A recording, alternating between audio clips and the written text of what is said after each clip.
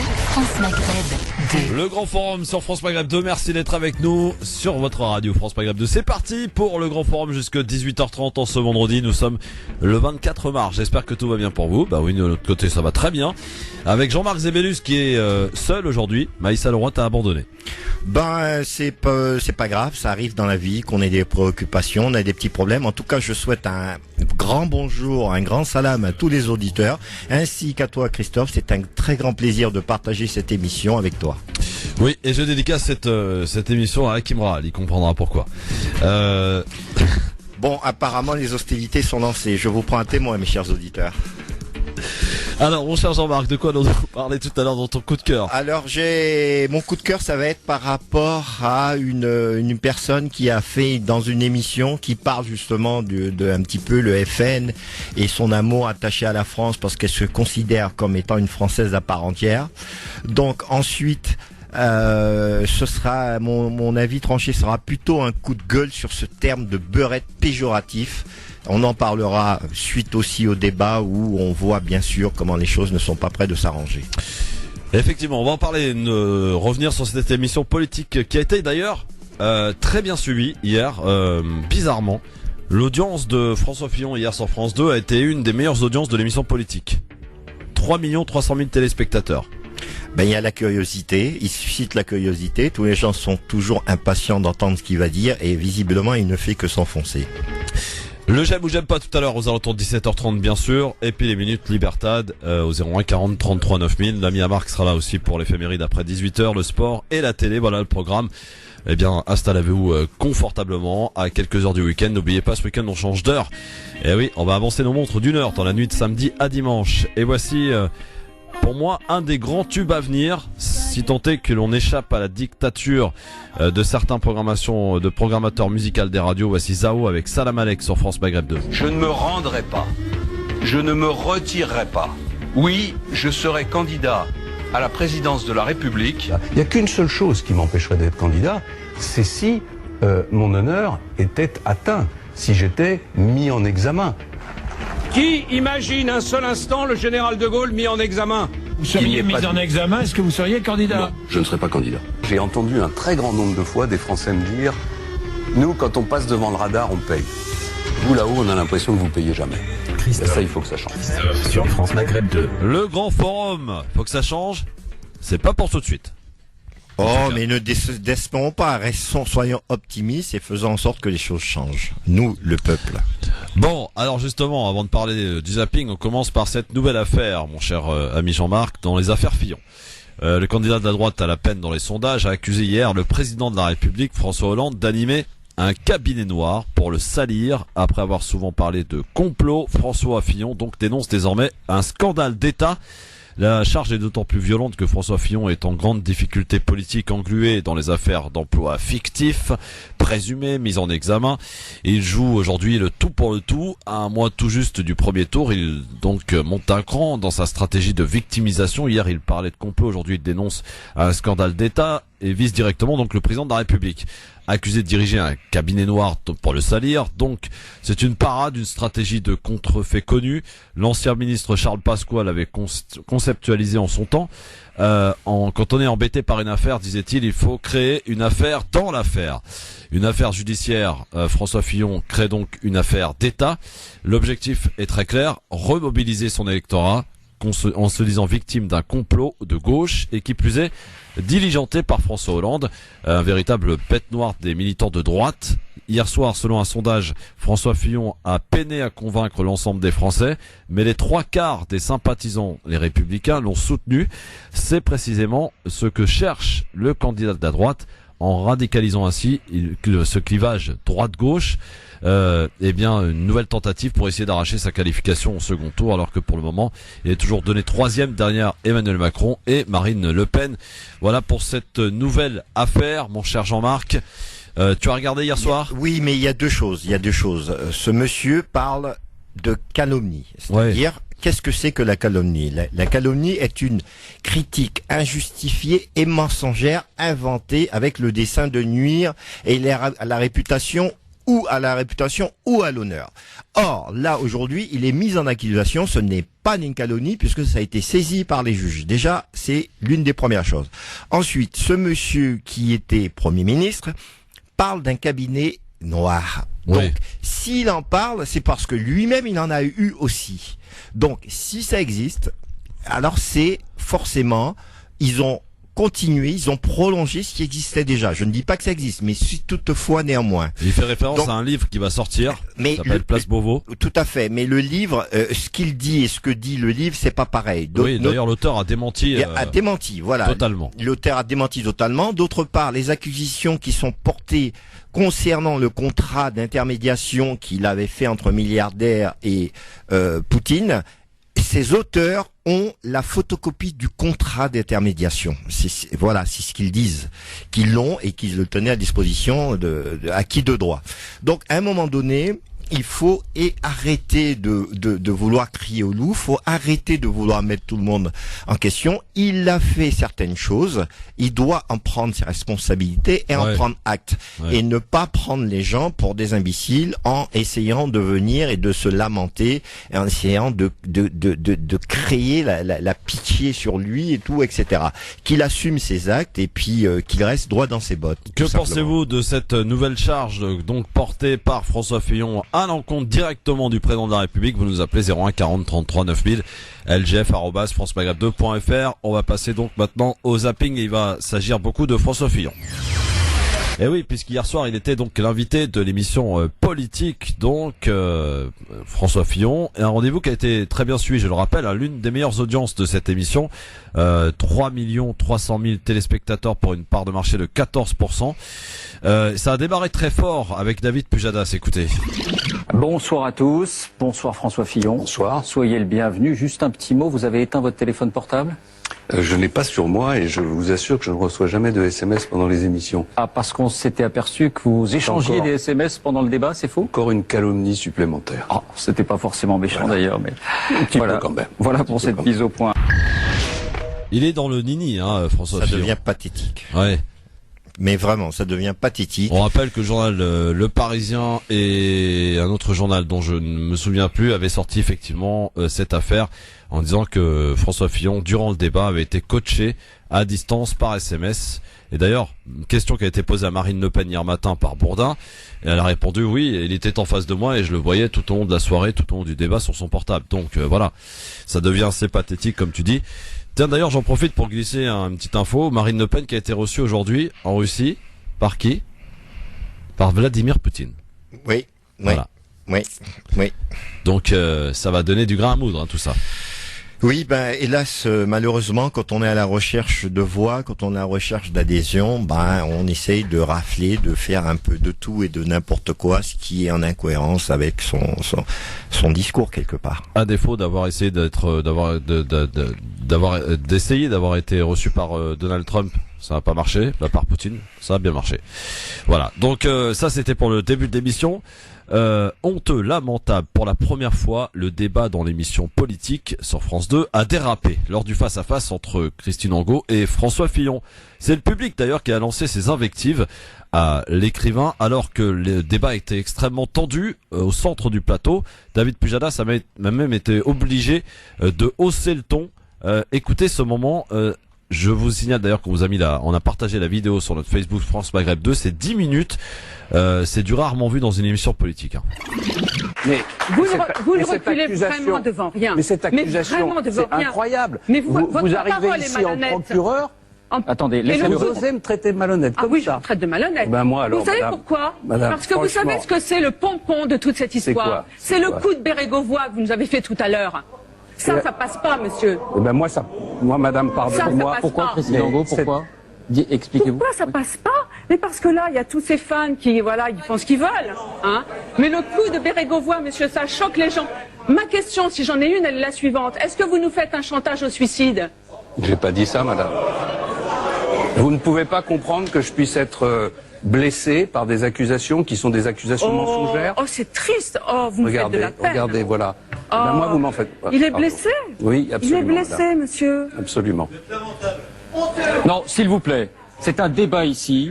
C'est une enceinte où on débat tranquillement. Donc, que vous applaudissiez, c'est limite. Mais s'il vous plaît, pas d'invective à l'égard des invités. Écoutez, en tout cas, moi, ce que je peux vous dire, c'est que moi, je suis à l'intérieur de l'écran. Mais je peux vous dire que de l'autre côté de l'écran, vous voyez, les gens, ils sont dans le même état que moi. Eh bien, on verra, Ça, madame, ce que diront les Français au moment de l'élection. On verra. Parce que c'est là que les choses vont se passer. Vous nous avez parlé de François Hollande tout à l'heure. Le coiffeur de François Hollande, ça vous a pas choqué, naturellement. Ça ne vous a pas choqué. François Hollande n'a pas d'affaires. Mais qu'est-ce que vous en savez? François Hollande n'est pas mis en examen. Ah, non, on est tous les deux ici à être mis en examen. Absolument, mais voilà. Moi, c'est parce que je dis la vérité quand j'écris, moi aussi, je dis la vérité, madame. Vous voyez? Ça a duré 10 minutes. 10 minutes d'échange très dur, très violent. Christine Angot qui est visiblement était très remontée après François Fillon hier soir. Et effectivement, alors à l'inverse des différentes émissions, le public quand même était présent. Enfin, ses supporters étaient présents. Ils l'ont fait savoir. Et d'ailleurs, vous avez entendu donc Pujadas qui est monté au créneau pour calmer un peu tout le monde. Et petit aparté aussi, dans un tweet, un des militants de François Fillon présent dans le public a tweeté on ne sait pas qui est ce barbu qui vient assister à l'émission, sauf que c'était l'un des présentateurs de cette émission, un certain Karine Risoli, qui a d'ailleurs dénoncé des propos abjects de la part de militants qui sont des proches de Fillon. Jean-Marc, ce moment là, je veux dire que là, il est dans un déni complet, c'est-à-dire qu'on lui dit, il dit qu'il n'est pas mis en accusation, il mélange tout, il cherche toute technique, par tout moyen de vouloir se disculper de ce qui le remet en cause aujourd'hui, en voulant inclure le président de la République avec son coiffeur et tout. Je dois dire que pour les costumes, il a dit, on m'a offert des costumes, et alors? Et là, aujourd'hui, il nous dit quoi? Ben, je les ai rendus. Les avez-vous portés? Oui. Mais je les ai rendus. Donc, je veux dire que, à un moment donné, c'est tout et son contraire. À un moment donné, ce monsieur doit faire preuve, à un moment donné aussi, de sérénité et d'honnêteté intellectuelle. Donc, on a fauté, on le reconnaît qu'on a fauté, mais on ne dit pas non, je n'ai pas fauté quand on se retrouve avec des accusations aussi graves. C'est vraiment prendre les gens pour des imbéciles, voilà. Oui, effectivement, oui. Alors justement, puisque t'en parlais, le moment fort de cette émission, il était 21h27 lorsque François Fillon, toujours en s'expliquant concernant ses affaires, a porté des accusations extrêmement graves. Des accusations qui sont reprises d'ailleurs dans toute la presse ce matin. Écoutez. Pourquoi est-ce que cette affaire a pris cette importance? Pourquoi est-ce que depuis 2 mois on ne parle que de ça?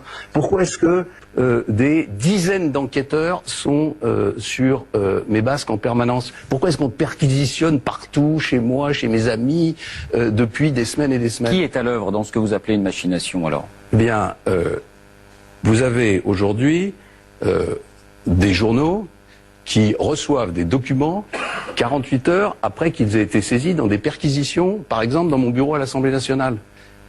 Qui leur donne ces documents? Des services de l'État. Et vous pensez que ces services de l'État le font sans être couverts par leur hiérarchie? Les politiques ou la justice, d'après vous? Je vais aller beaucoup plus loin, monsieur Pujadas. Je vais mettre en cause le président de la République. Il y a un livre qui sort ces jours-ci, dont j'ai pu lire les bonnes feuilles, comme peut-être plusieurs d'entre vous, qui a été écrit par des journalistes qui sont très loin d'être mes amis, puisque 2 d'entre eux sont des journalistes du Canard enchaîné. Un livre sur le ministère de l'Intérieur et la place Beauvau, qui en 240 pages explique comment François Hollande fait remonter toutes les écoutes judiciaires qui l'intéressent à son bureau, ce qui est une illégalité totale. Comment il est branché directement sur Bercy, sur Tracfin, sur des informations qui lui sont apportées en permanence. Comment il est au courant des moindres faits, des moindres filatures, y compris concernant son ancien Premier ministre Manuel Valls. On cherchait un cabinet noir, on l'a trouvé le cabinet noir, en tout cas à travers ces allégations. Et moi ce soir, solennellement, je demande qu'il y ait une enquête d'ouverte sur les allégations qui sont portées dans ce livre. Le problème, c'est que les auteurs donc en question, les fameux journalistes qui ont écrit ce livre, ont totalement démenti ce que a dénoncé François Fillon hier soir. Ce sont là des accusations gravissimes. Quelles peuvent être les conséquences de ces accusations, Jean-Marc? Non, je pense que ça irait pas très loin, parce qu'il nous faut quand même un peu de sénérité. Il faut pas faire des procédures sur procédures. C'est quand même très grave et je pense que les Français sont des gens très intelligents et prendront acte.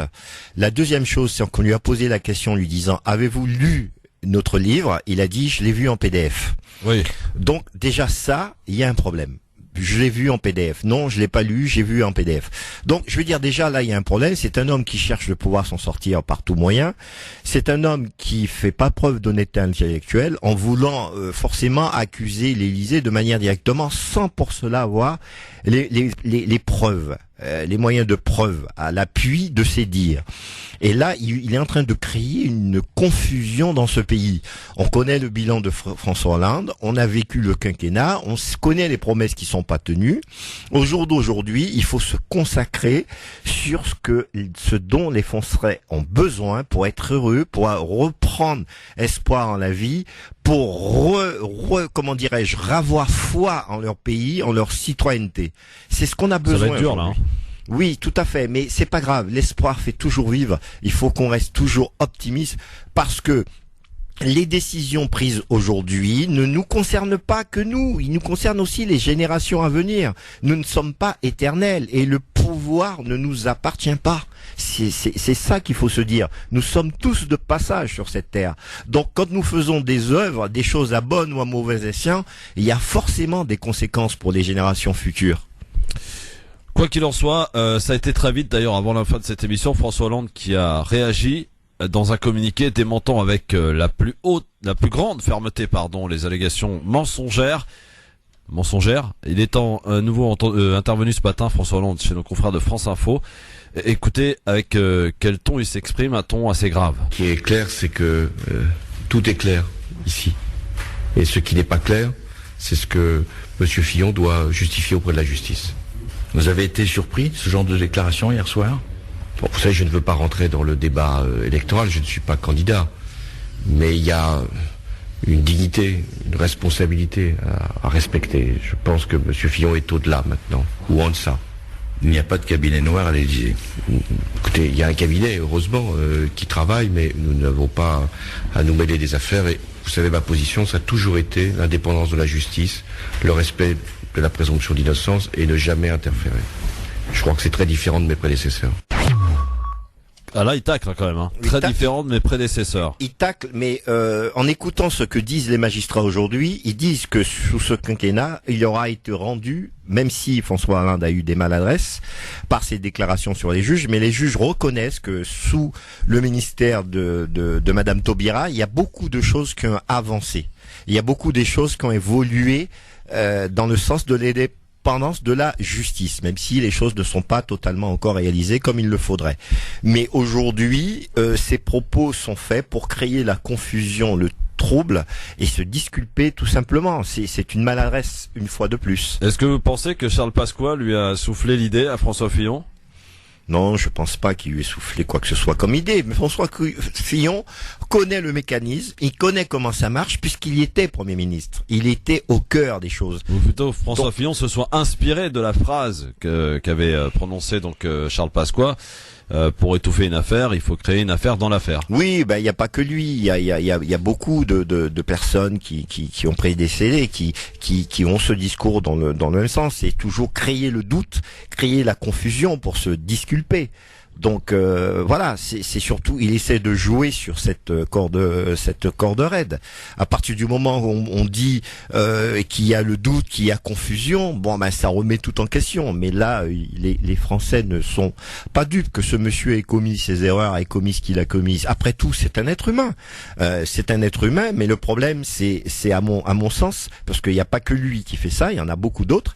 Mais le problème, c'est la parole donnée. La parole donnée qui n'est pas tenue, et comme je l'ai déjà dit, je le répète, la parole de l'homme vaut l'homme. Si vous avez une parole, vous ne le tenez pas et vous vous présentez en tant que chef de la nation, président de la République, il y a ambiguïté sur l'exécution de vos programmes et le maintien de vos promesses. Votre avis nous intéresse bien sûr sur ce sujet et cette nouvelle affaire qui a été reprise d'ailleurs dans toute la presse ce matin.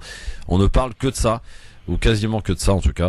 01 40 33 9000 lgf@francemaghreb2.fr. Est-ce qu'on peut émettre un doute sur le fait que éventuellement François Hollande aurait ouvert un cabinet noir à l'Élysée ?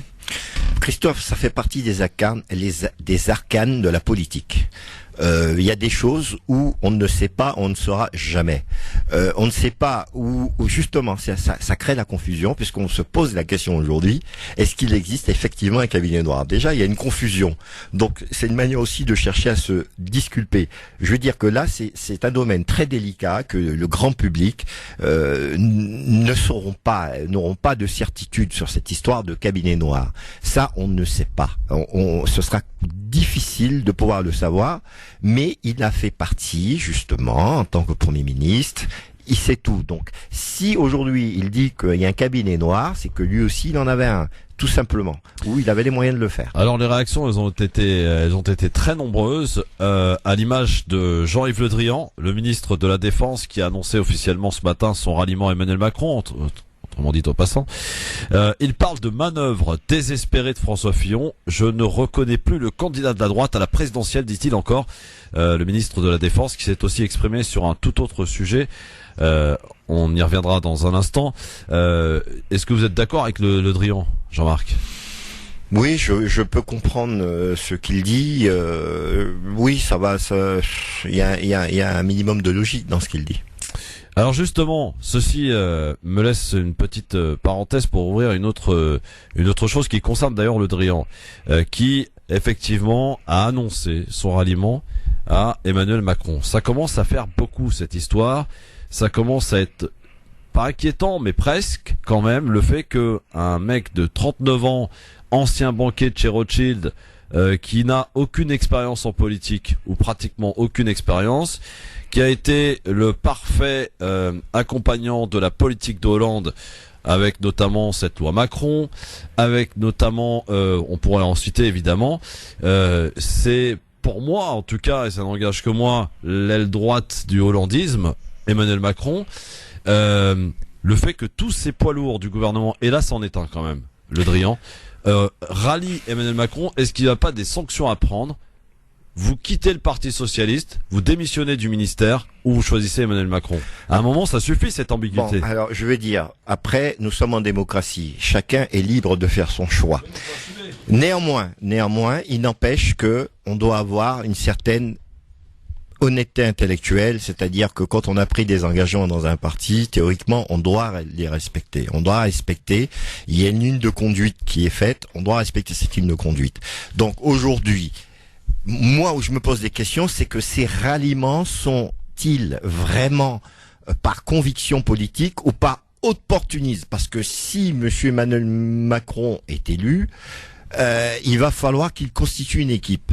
Donc, et son équipe, puisque lui, il n'a pas suffisamment d'expérience, il sera obligé de prendre des gens qui ont de l'expérience, qui ont déjà été dans la politique, parce que ce serait pas possible de prendre des gens qui n'y connaissent rien. Donc, ces ralliements sont surtout plus par opportunisme que par respect des mandats, de la confiance qui leur a été faite par, 1, le parti, 2, les citoyens, parce que ces socialistes ont été élus grâce au soutien d'adhérents, de militants socialistes, et aujourd'hui c'est quelque part une sorte de trahison. Donc peut-on faire confiance aux gens comme ça qui agissent plus par opportunisme que pour l'intérêt de la nation, l'intérêt des citoyens, l'intérêt des électeurs qui leur ont fait confiance? C'est par opportunisme alors? Tout à fait. Ouais. Ça ne peut être que ça. Mais est-ce qu'il y a quelqu'un qui osera dire un jour que Emmanuel Macron, même s'il est élu, n'aura jamais la majorité parlementaire? Ben ça, alors c'est là où est le problème avec tous ces multiples candidats. C'est très bien qu'on ait des candidats parce que c'est un principe démocratique. Ça permet d'ouvrir le débat, ça permet d'ouvrir des nouvelles idées, ça permet d'être entendu aussi par une minorité de gens. Mais toutefois, néanmoins, ce qu'il faut savoir, c'est que là, c'est clair, c'est net, c'est précis. Aujourd'hui, pour pouvoir, quand on est élu président de la République, il faut qu'il y ait une machine politique derrière.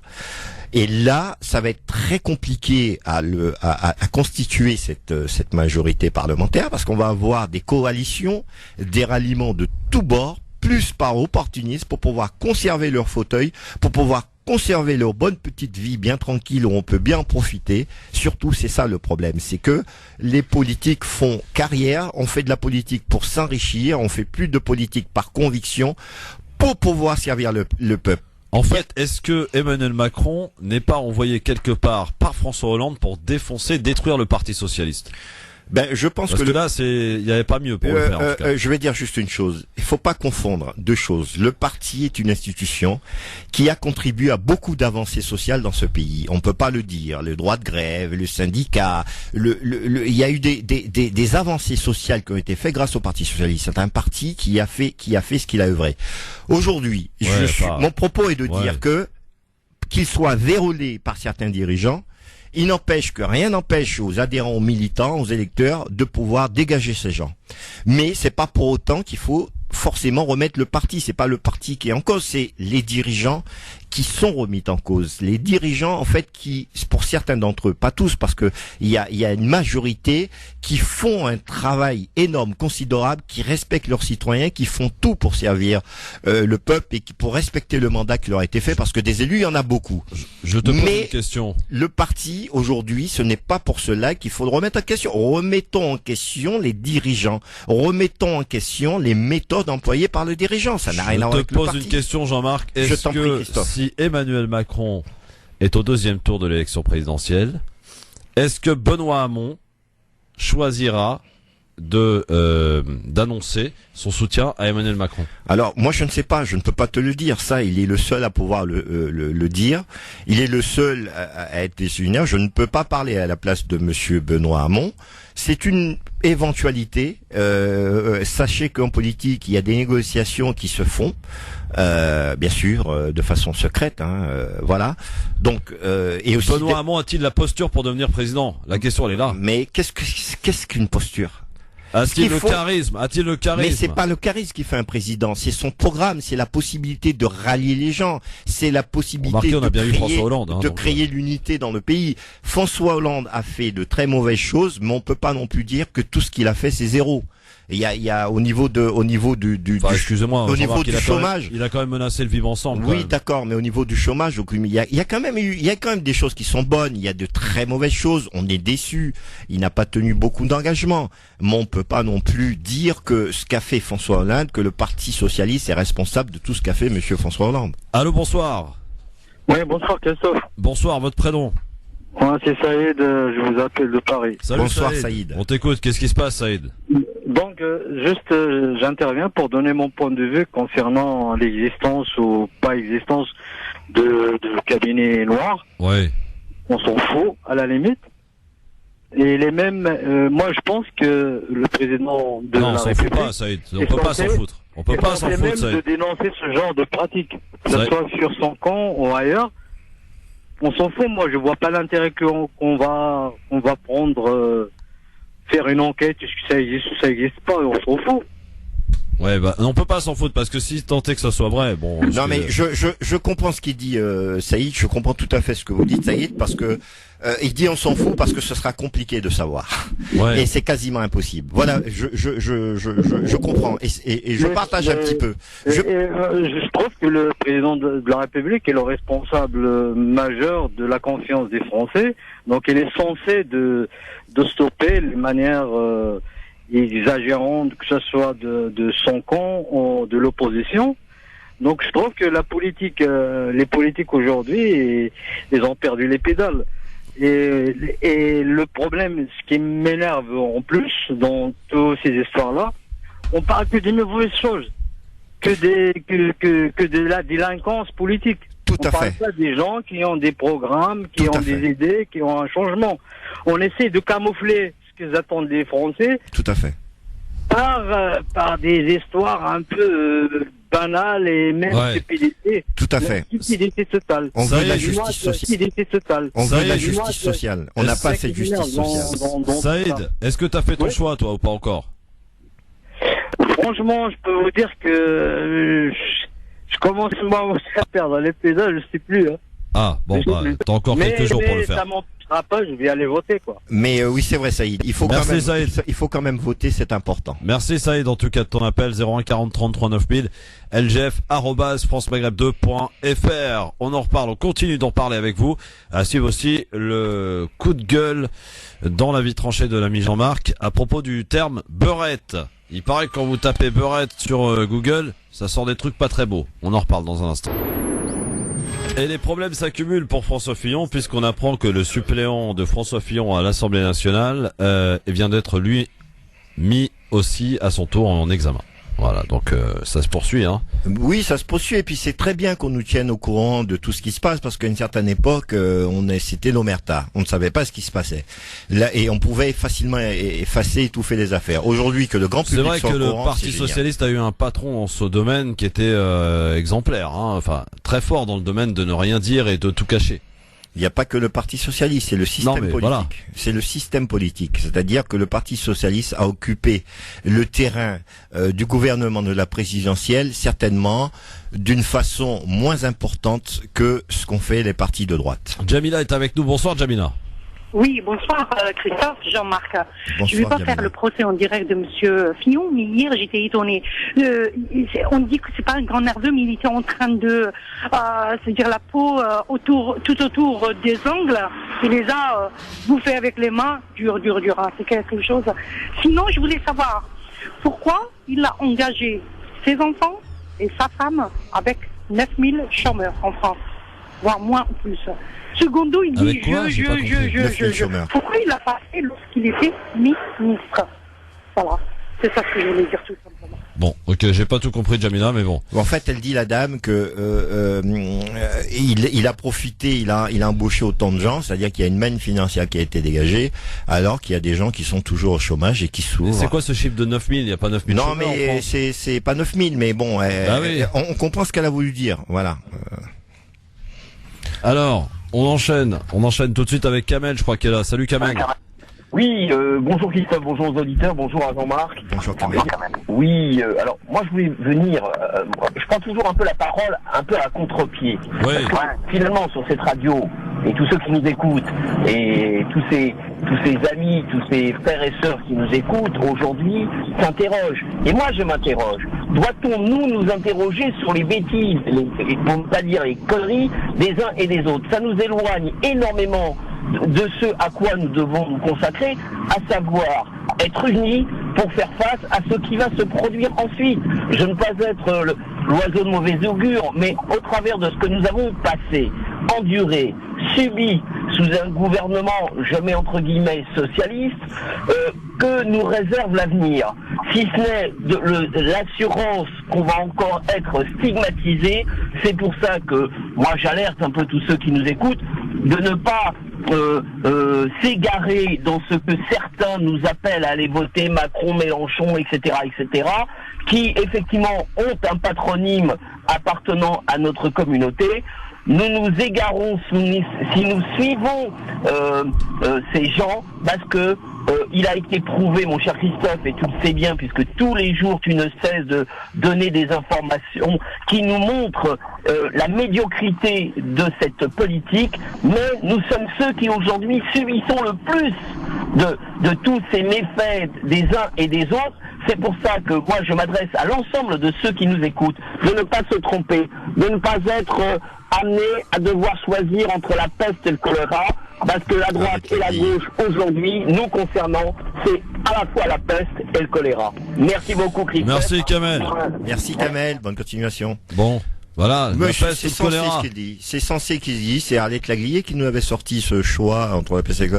Mais c'est censé ce qu'il dit. C'est vrai que aujourd'hui, nous sommes dans un dilemme entre écouter les programmes qui sont réalistes, les choses qui sont vraiment réalisables et les choses qui pourront améliorer la vie des Français et qui pourront surtout créer l'unité.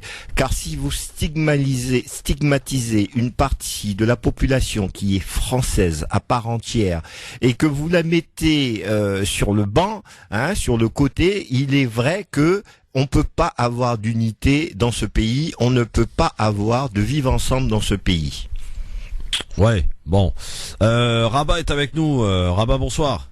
Oui, bonsoir Christophe et bonsoir à vous tous. Donc mes salutations aux auditeurs. Écoutez, moi, comme tout le monde, je crois, on commence à saturer un petit peu de cette période électorale qui est majeure. C'est pas fini. Néanmoins, nauséabonde. Mais ceci étant, l'idée que vous avez soulevée, Christophe, tout à l'heure, sur le Parti socialiste qui serait en train probablement se transformer ou de se refaire une autre santé sous un autre sigle. Je partage tout à fait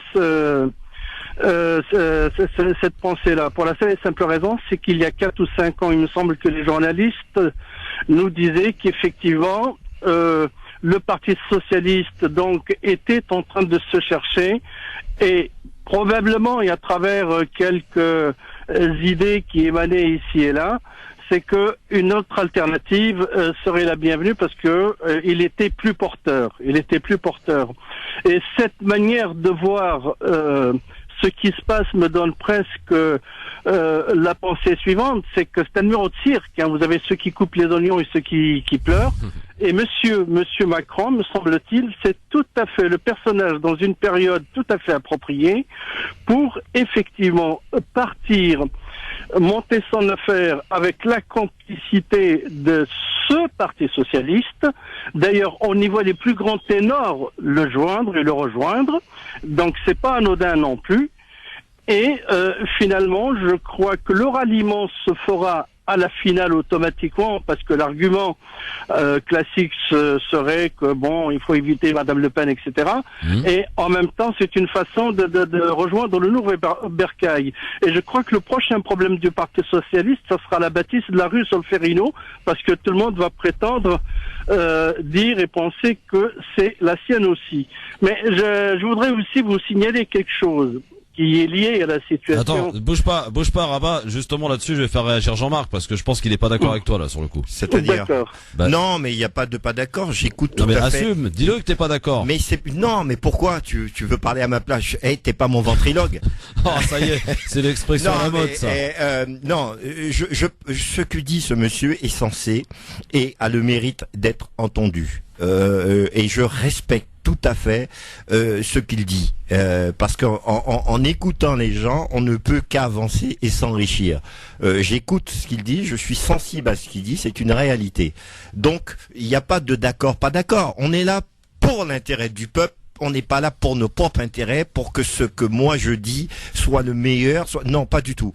On est là, on est dans une antenne libre et nous échangeons nos idées et c'est à partir de ça qu'on pourra avancer. Ce n'est pas en rejetant ce que disent les autres. Il faut tout écouter et faire l'analyse. Cher Jean-Marc, je peux intervenir? Je vous en prie.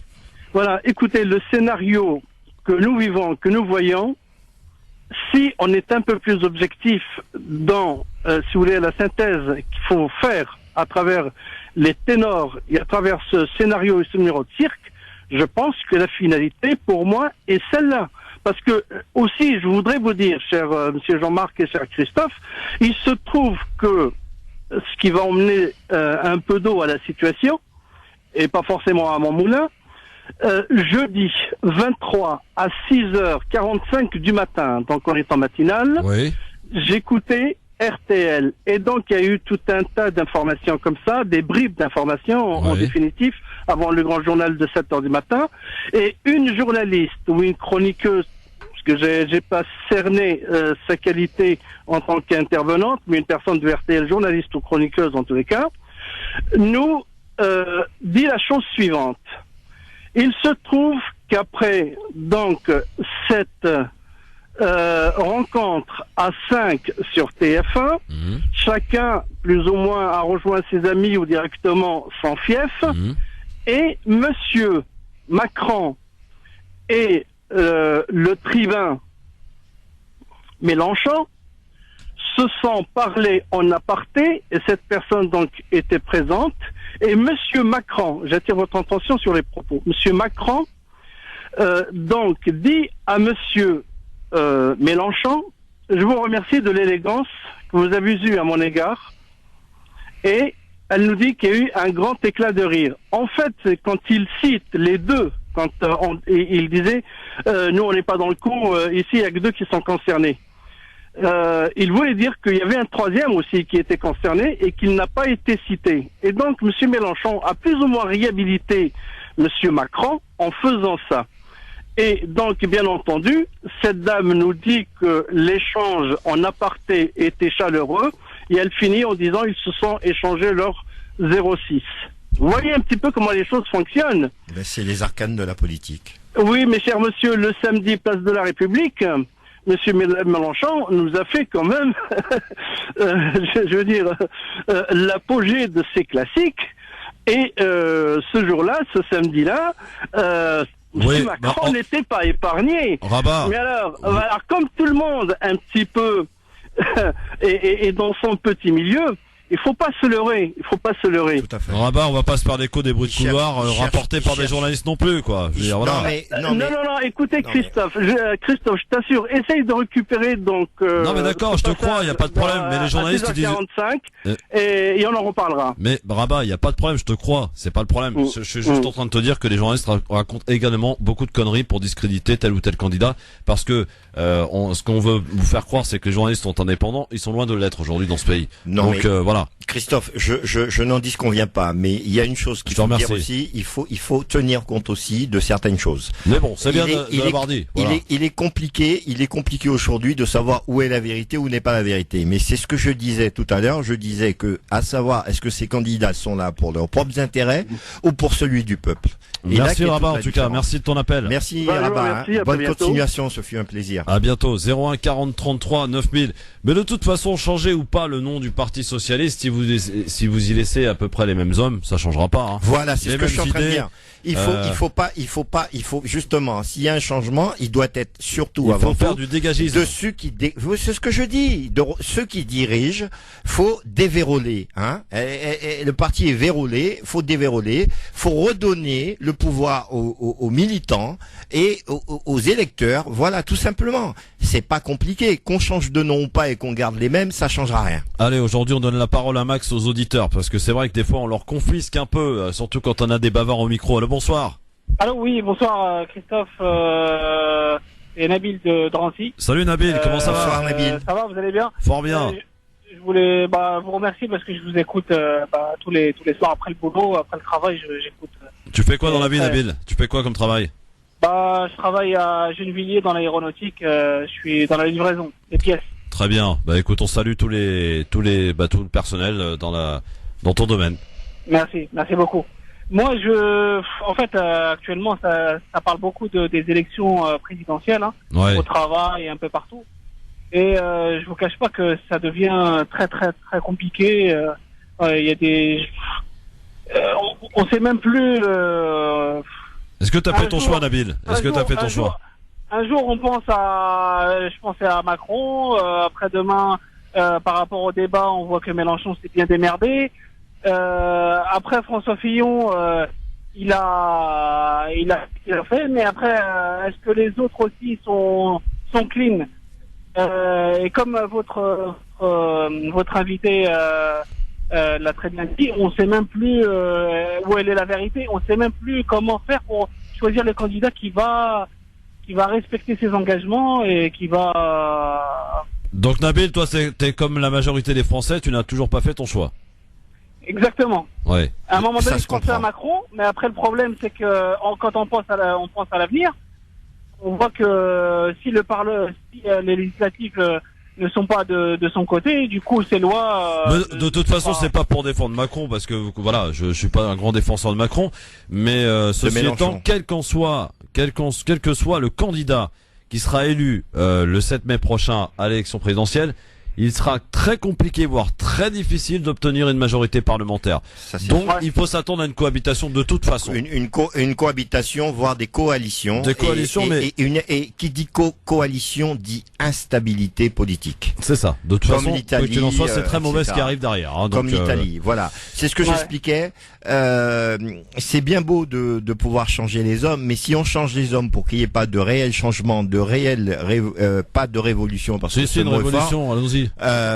Sur le système qui est mis en place, je suis très prudent avec ce mot. Avec ce système qui est mis en place, c'est vrai que ça ne changera rien, parce que bouger les institutions en France telles qu'elles sont faites aujourd'hui, ça ne se fera pas en 5 ans, c'est impossible. La révolution des idées, mon ami, la révolution que le peuple prenne le pouvoir. Ça ne sera pas si simple que ça, et c'est vrai qu'on nous dit beaucoup de choses, mais il y a beaucoup de choses qui ne seront pas réalisables, et il y a beaucoup de promesses qui ne seront pas tenues. On nous parle de 6e 6e République. Oui. On nous parle, Jean-Luc Mélenchon on nous parle, il n'y a pas que lui. On nous parle de choses et d'autres.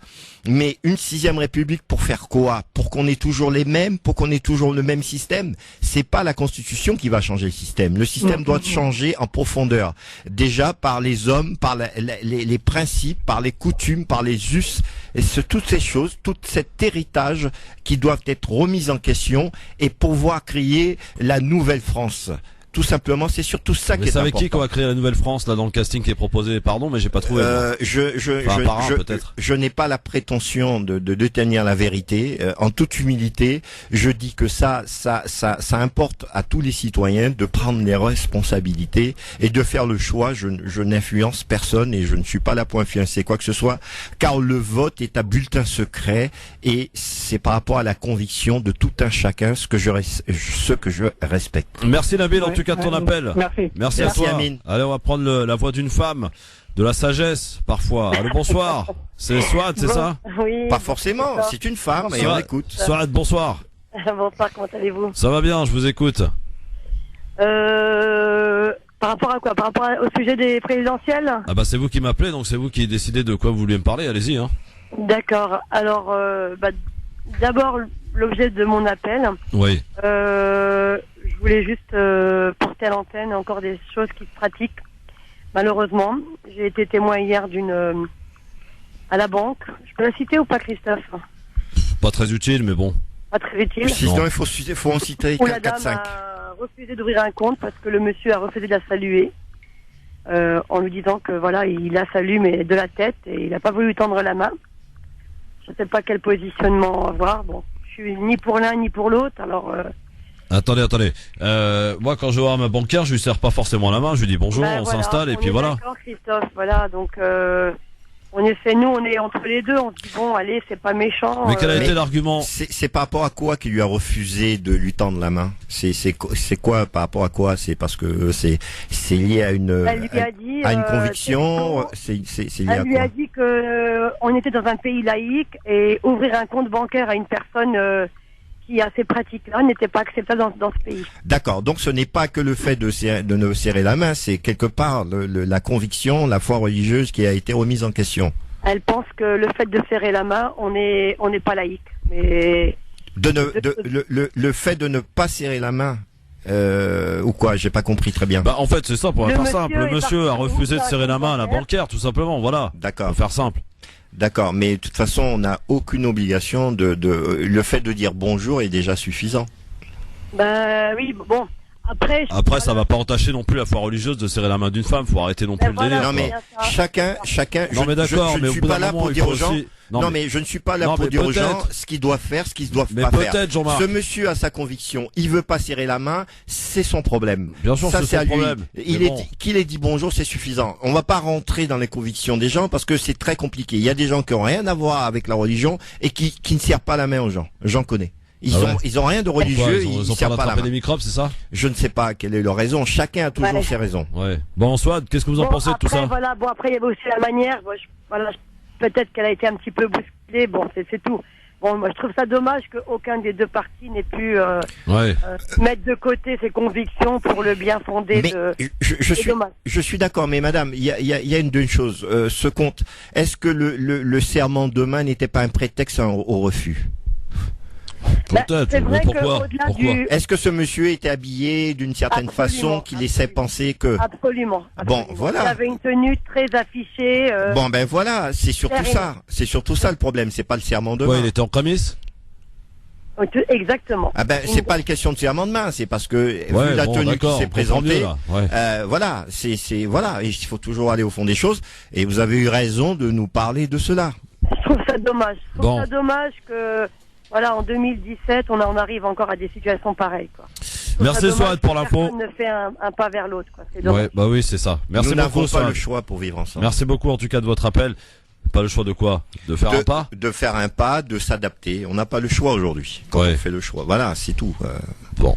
Je vous parlais tout à l'heure de Le Drian. Le Drian, il a aussi parlé d'autres choses. Il s'est exprimé sur un tout autre sujet, Jean-Marc, déclarant que l'assaut des forces démocratiques syriennes sur Raqqa était imminent, appuyé par la coalition internationale à laquelle participe la France. L'opposition syrienne se positionne donc en effet depuis des semaines pour reprendre le Daesh, donc la capitale de son califat autoproclamé en Syrie.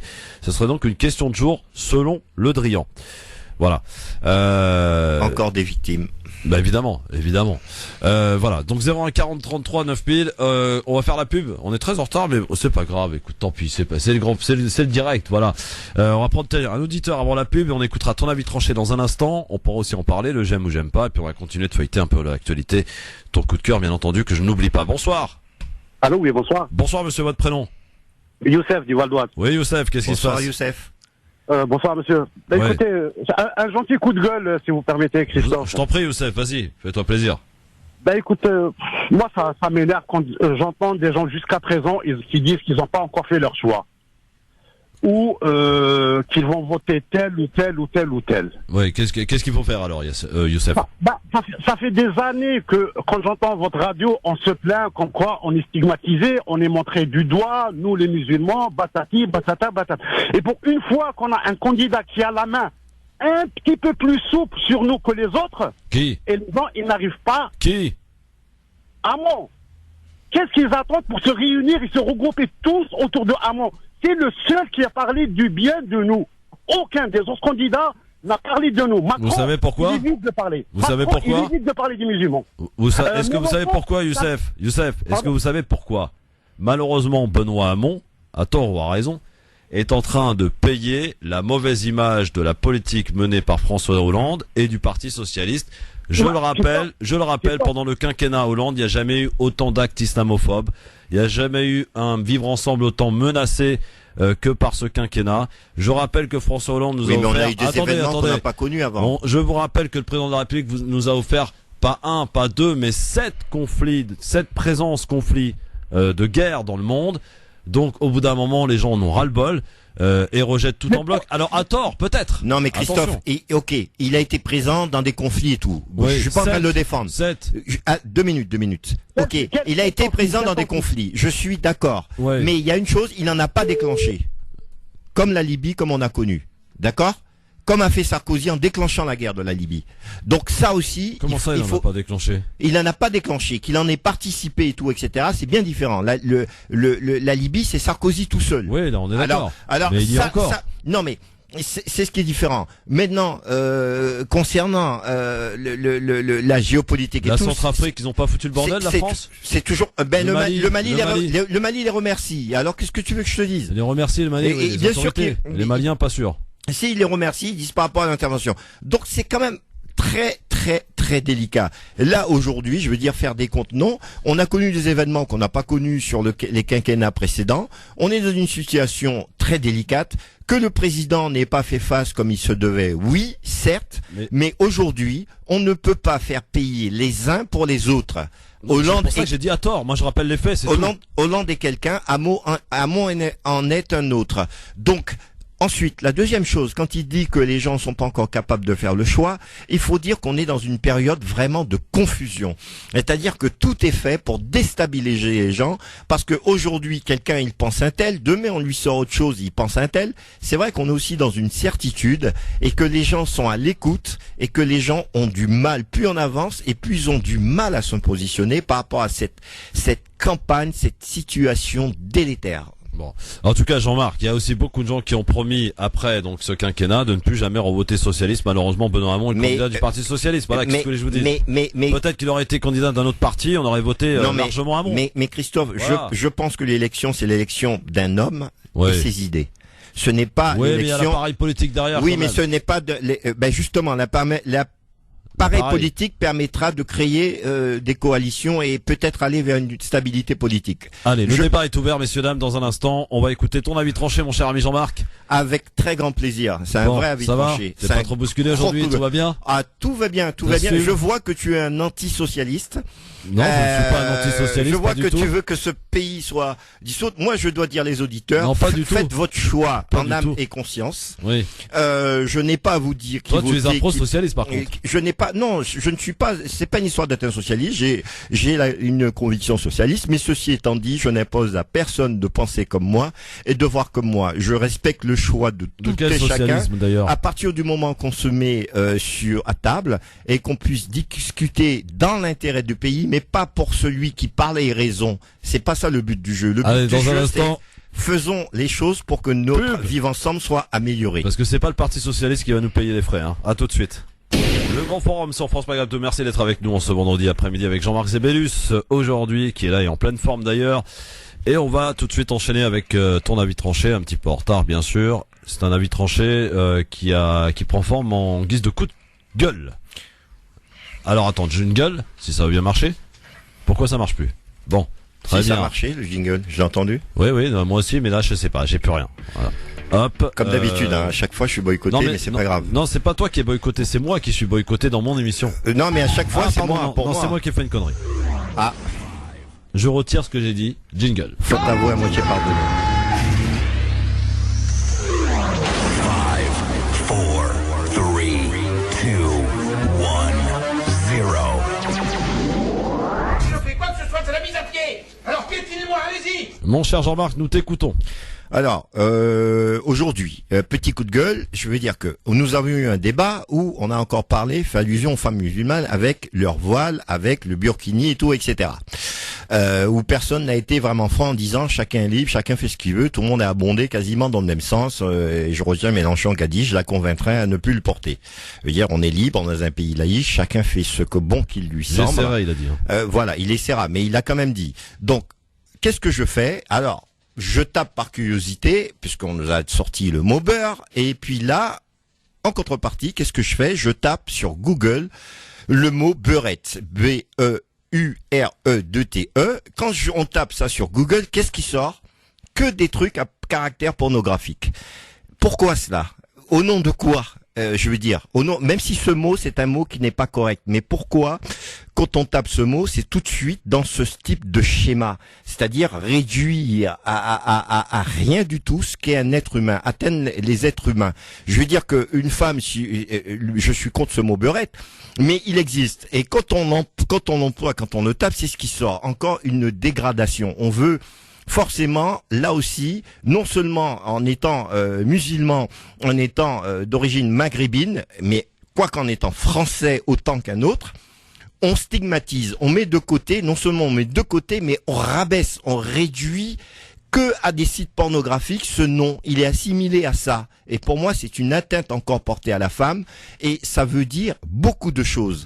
Je pense que nous sommes des êtres humains, tous. On ne choisit pas d'être né maghrébin, chinois, on est né par rapport à la vie que nous donnent nos parents, pour ceux qui sont croyants en notre créateur, mais on n'a pas demandé d'être ni ci ni ça. On assume ce qu'on est, et on est ce qu'on est par rapport à nos influences socio-éducatives et culturelles. Mais c'est pas parce que on est originaire de tel ou tel endroit qu'on est forcément réduit à moins que rien, qu'on soit un homme ou une femme. Ça dénote toujours ce côté machiste qui existe en France et qui n'est pas seulement, comme on veut bien nous faire le croire, lié aux Africains, lié aux Maghrébins, lié aux musulmans. C'est la société qui est comme ça, aussi bien aux États-Unis qu'ailleurs. Donc qu'on arrête de vouloir faire croire que les musulmans n'ont que pour seul but que de réduire la femme à rien du tout, à néant, ce qui est totalement faux. Et on doit rendre à César ce qu'il a de chopin. Une femme est une femme, c'est un être humain qui y a des droits et des obligations et qui mérite son respect tout autant que qui que ce soit sur cette terre. C'est pas parce qu'elle est femme qu'elle est moins. Une femme, c'est comme un homme. Nous sommes des êtres humains. Nous ne choisissons pas d'être hommes, d'être femmes. Nous assumons ce que nous sommes, tout simplement. Raison de plus pour on peut l'employer ce terme. Tout à fait. Hein? Moi, je suis assez d'accord mais avec malheureusement, Google l'emploie. Bah oui, enfin Google, non, enfin Google c'est un référent, c'est un moteur de Oui, recherche. mais quand on tape dessus, mais je vous invite, chers auditeurs, à aller à Google et taper beurette, vous verrez ce qui va sortir. C'est lamentable, voilà, Ouais, c'est mais- lamentable et personne n'en parle Ne et fa- ce n'est pas normal. Ne Voilà. faites pas avec des enfants à côté. Hein. Non, pas avec les enfants à côté, mais c'est pas normal. C'est lamentable, c'est pitoyable. Dans une société dans laquelle nous vivons, une société des droits de l'homme, un pays des droits de l'homme, fondateur des droits de l'homme, avec tous les grands principes, soi-disant de justice et d'équité, et c'est lamentable et c'est vraiment dommageable. Je veux dire, aucun être humain, aucune ethnie, rien n'a le monopole du véridique, rien n'a le monopole du bien-être de tout. Nous sommes des êtres humains, nous assumons ce que nous sommes, de la façon la plus digne que nous pouvons. Voilà, bon, ceci étant dit, c'est dit. Voilà Jean-Marc. Alors on va accueillir pour faire avec nous le j'aime ou j'aime pas notre ami Abdel. Bonsoir Abdel. Bonsoir Christophe. Bonsoir Abdel. Bonsoir Jean-Marc. Alors justement, je voudrais ton avis Jean-Marc sur ce que je vais t'expliquer, qui a un rapport un peu avec les 2 poids 2 mesures que tu viens de nous expliquer. Je vais revenir sur la campagne où on avait vu Monsieur Macron en caricature, pour ceux qui veulent le voir comme ça, ressemblant à un concitoyen de confession juive. On a vu Hollande s'insurger, demander l'interdiction de cette caricature. On a vu les journalistes s'insurger, demander l'interdiction de cette caricature en évoquant l'antisémitisme. L'antisémitisme, ouais. Voilà. Et moi, j'ai déjà vu, et on n'a jamais, et je pense que les associations ont raté le coche, on n'en a pas parlé, c'est un véritable scandale. J'ai vu des musulmans se faire, en prière, se faire sodomiser en caricature par un chien. J'ai vu des musulmans avec une bombe sur la tête, et la plus célèbre, le prophète Mahomet, avec aussi une bombe sur la tête. Et personne n'a demandé l'interdiction de ces caricatures. Liberté on a évoqué d'expression. le droit à la liberté d'expression. Voilà. Alors, tu as la réponse à la question que tu te posais tout à l'heure. On sait qui est visé. Les associations n'ont pas parlé, ont raté le coche.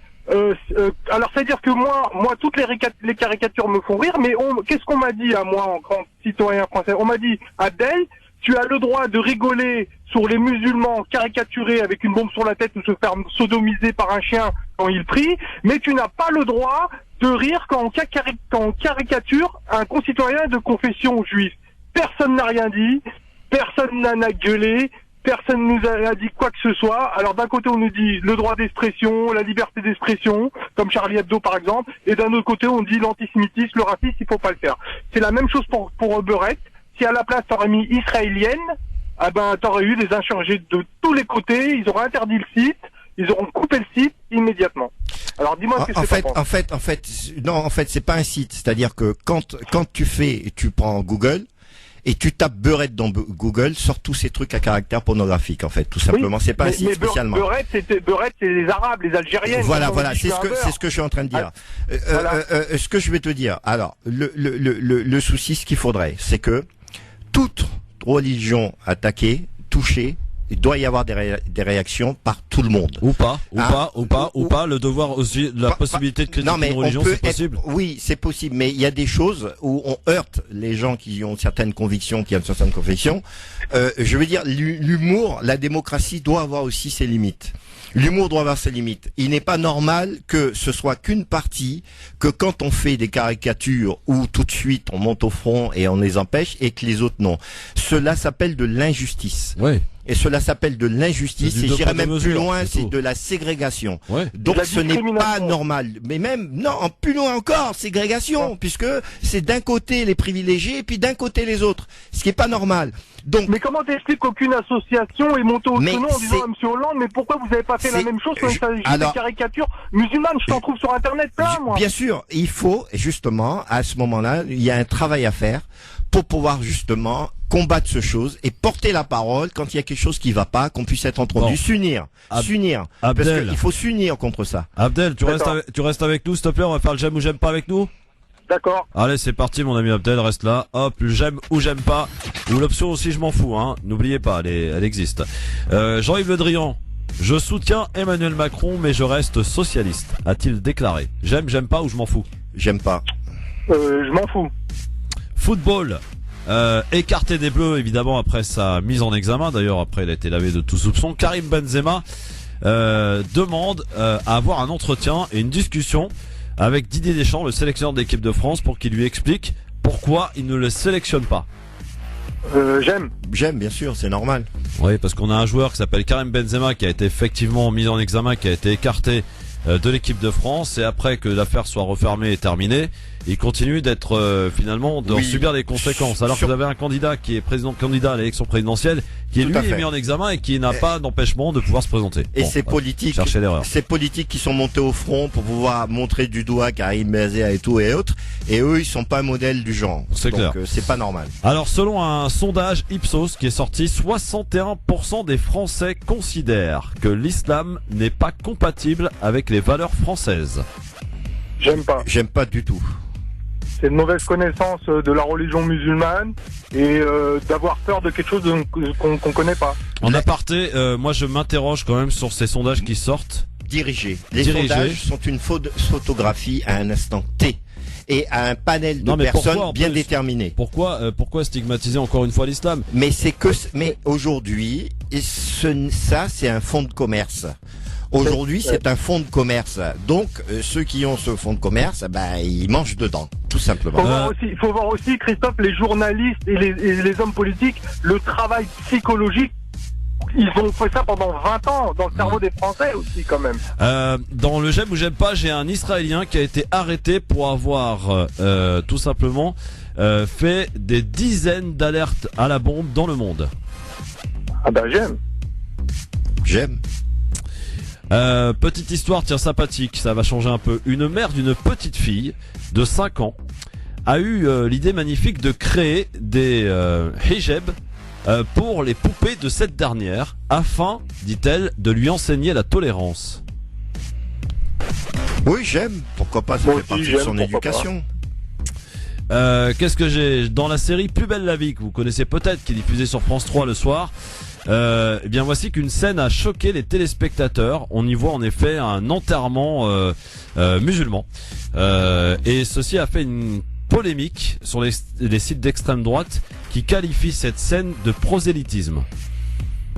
J'aime pas du tout, et c'est du n'importe quoi. Ouais. Deux poids, deux mesures. C'était le j'aime ou j'aime pas avec Abdel et avec Karim. Super pour aujourd'hui. Abdel. Merci Abdel. Ce fut un plaisir d'échanger. Merci à toi mon ami, à bientôt. Vous allez pouvoir d'ailleurs nous appeler dans un instant dans Libertad, bien sûr. Le temps pour moi de vous rappeler quelques informations, et notamment au Yémen. Une génération perdue au Yémen. Alors que la guerre dure depuis près de 2 ans, le nombre d'enfants déscolarisés a plus que doublé dans le pays, déjà l'un des plus pauvres de la région. D'après les Nations Unies, le conflit a privé d'école près de 3,5 millions d'enfants et de jeunes. L'ONU qui souligne aussi que le coût humain du conflit est plus lourd que les dommages matériels. C'est dramatique, personne n'en parle. De l'instruction naît la grandeur des nations. Ça fait plus de 2 ans quand même qu'il y a des problèmes là-bas. Ça fait vraiment 2 ans que ça a pris un ampleur disproportionnée. À la tête d'une coalition menée par l'Arabie Saoudite et de quelques pays arabes qui font pays, une même boucherie au je crois Yémen. Danton du Maghreb. Je veux dire Danton du Maghreb. Danton du Maghreb, le Maroc, citons-le. Voilà. Et je veux dire que c'est catastrophique. On se rend pas compte que quand les enfants n'ont pas le moyen de s'instruire, ça fait partie de leur développement intellectuel, de leur compréhension du monde. Et quand on leur prive de ça, on va faire des gens qui ne sont pas très très équilibrés, et des gens, une génération qui sera un petit peu perdue. Un petit peu beaucoup, visiblement. Voilà. En tout cas pour ce qui est de la partie du Yémen. Sinon, tiens, on l'a appris ce matin. Mon cher ami Jean-Marc, ami auditeur, en Égypte, Hosni Moubarak était en détention, vous le savez, depuis 6 ans, et l'ancien président est rentré chez lui ce matin. Voilà, il a purgé sa peine. C'est délicat, c'est comme ça. C'est vraiment. On se demande, la justice est-elle vraiment juste partout? Donc voilà, c'est encore une incompréhension. Et puis une petite info qui nous emmène aux États-Unis. Vous savez que les députés américains ont renoncé hier à voter le retrait d'Obamacare. Donald Trump n'est pas parvenu à réunir une majorité sous son texte à lui. Le président de la Chambre a donc préféré le retirer, le texte, plutôt que d'affronter un échec public. C'est une très bonne chose parce que c'était quand même nécessaire ce qu'il a fait Monsieur Obama. Si on doit lui rendre reconnaître un bienfait qu'il ait fait, c'est certainement cette loi qu'il a réussi à faire voter, qui n'a pas été évidente, qui a été quand même dénaturée par rapport au texte d'origine. Mais c'est une bonne chose que Monsieur Trump n'ait pas réussi. Allez, on va passer à ton coup de cœur sur France Maghreb 2 tout de suite. Le coup de cœur de Monsieur maintenant. France Maghreb 2. Le coup de cœur. Alors ton coup de cœur, Jean-Marc. Alors il commence par un fou rire. C'est concernant dans l'émission sur Canal+, hein, le gros journal. Donc Mouloud Achour. Voilà, Mohamed Achour, Mouloud Achour, qui recevait elle s'appelle Madame Fatou Diom. Voilà, ça commence par un fou rire, mais c'est pas inintéressant ce qu'elle dit, c'est un beau message d'amour. Donc c'est parti, on fait écouter. Allez, vas-y, balance le truc, Jean-Marc. C'est parti. Hop. Quand tu veux. Hein. Vous avez peur de Marine Le Pen ou pas? Je n'ai pas peur d'elle, c'est elle qui a peur de moi. Et je vais vous dire pourquoi.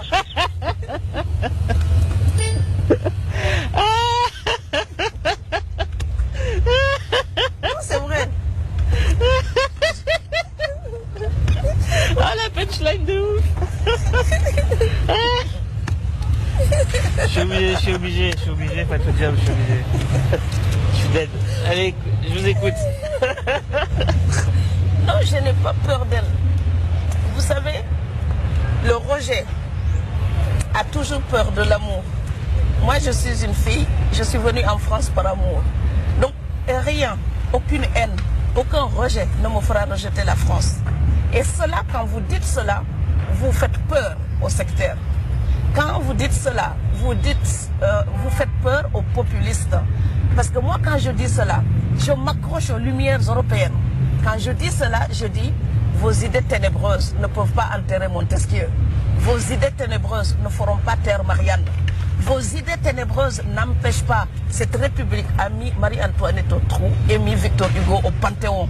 Il y a des raisons à cela. Donc quand vous prenez l'amour, vous ferez toujours peur à la haine. Et l'amour est plus fort que la haine. Et la culture est toujours plus forte que l'ignorance. Je crois à une France lumineuse qui se battra toujours pour ses valeurs. Parce que c'est pour ça que je la respecte. Et je la somme de me donner une preuve que tout ce qu'elle m'a enseigné est absolument véridique. Je la somme de me montrer qu'elle est à la hauteur de son histoire lumineuse et humaniste.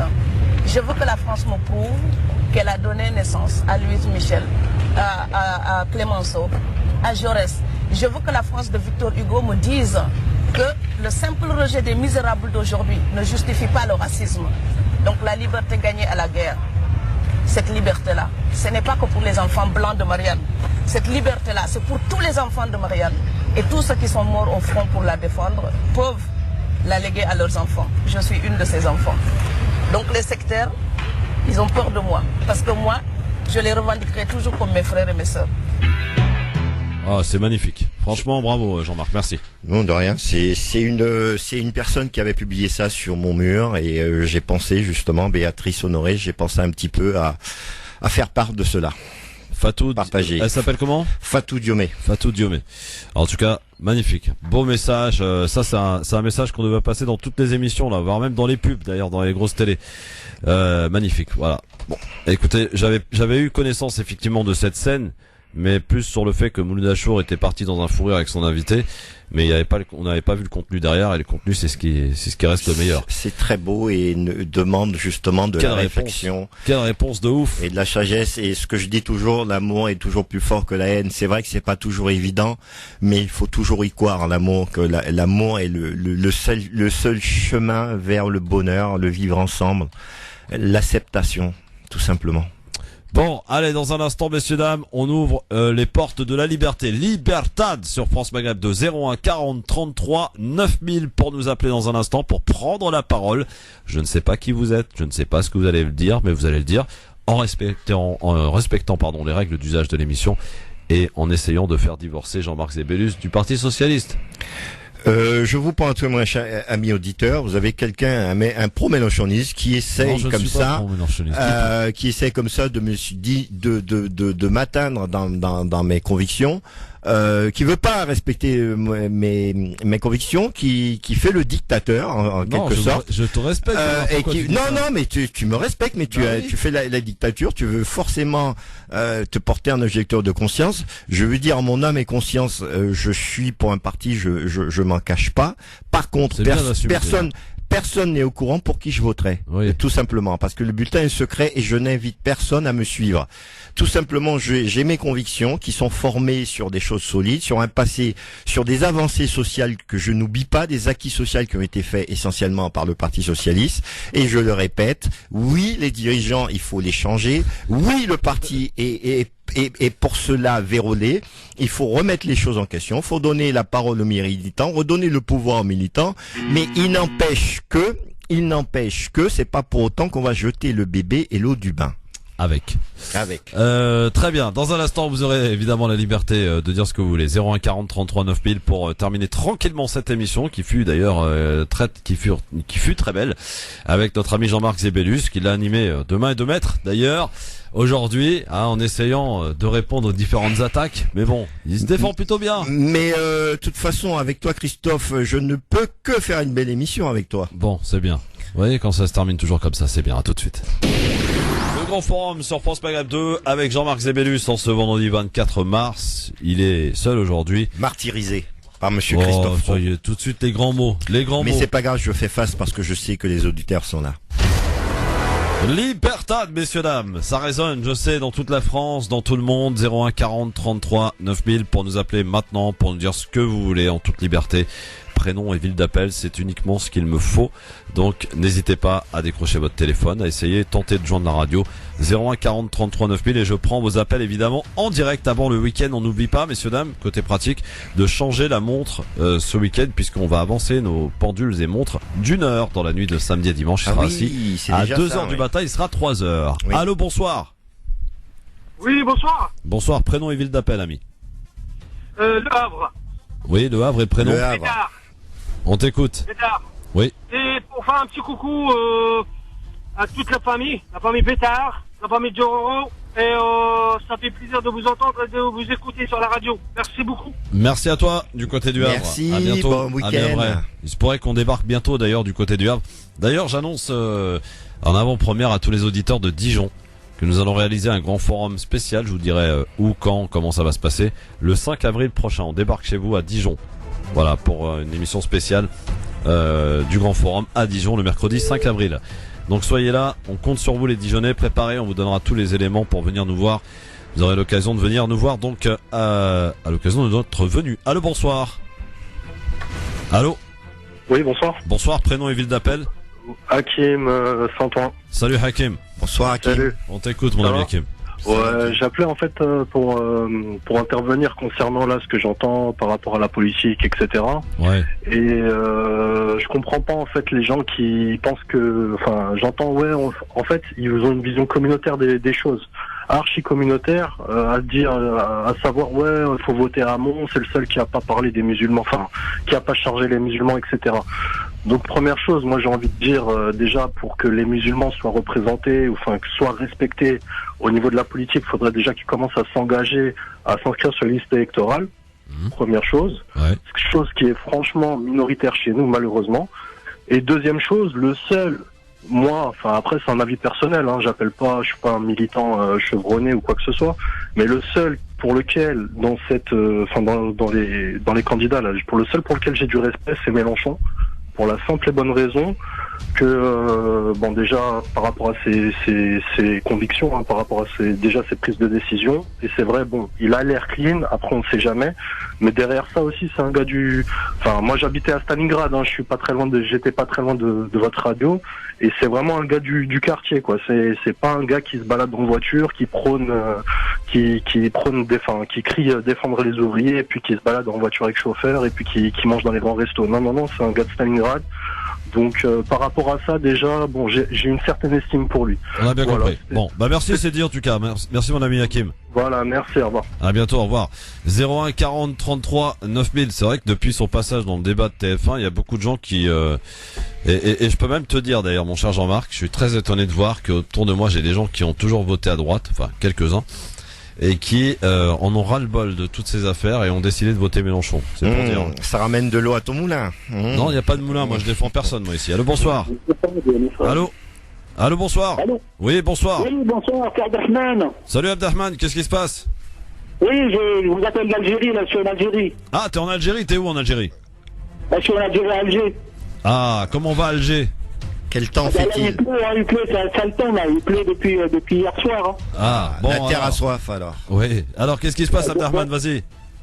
Ah ben, je vous appelle par rapport à tous les produits de produits de base, ils sont très très très chers. Hein. Ouais, combien par exemple? Par exemple, la tomate, les pommes de terre à 90 dinars. J'ai jamais vu, c'est une catastrophe, quoi. Le prix, il a doublé.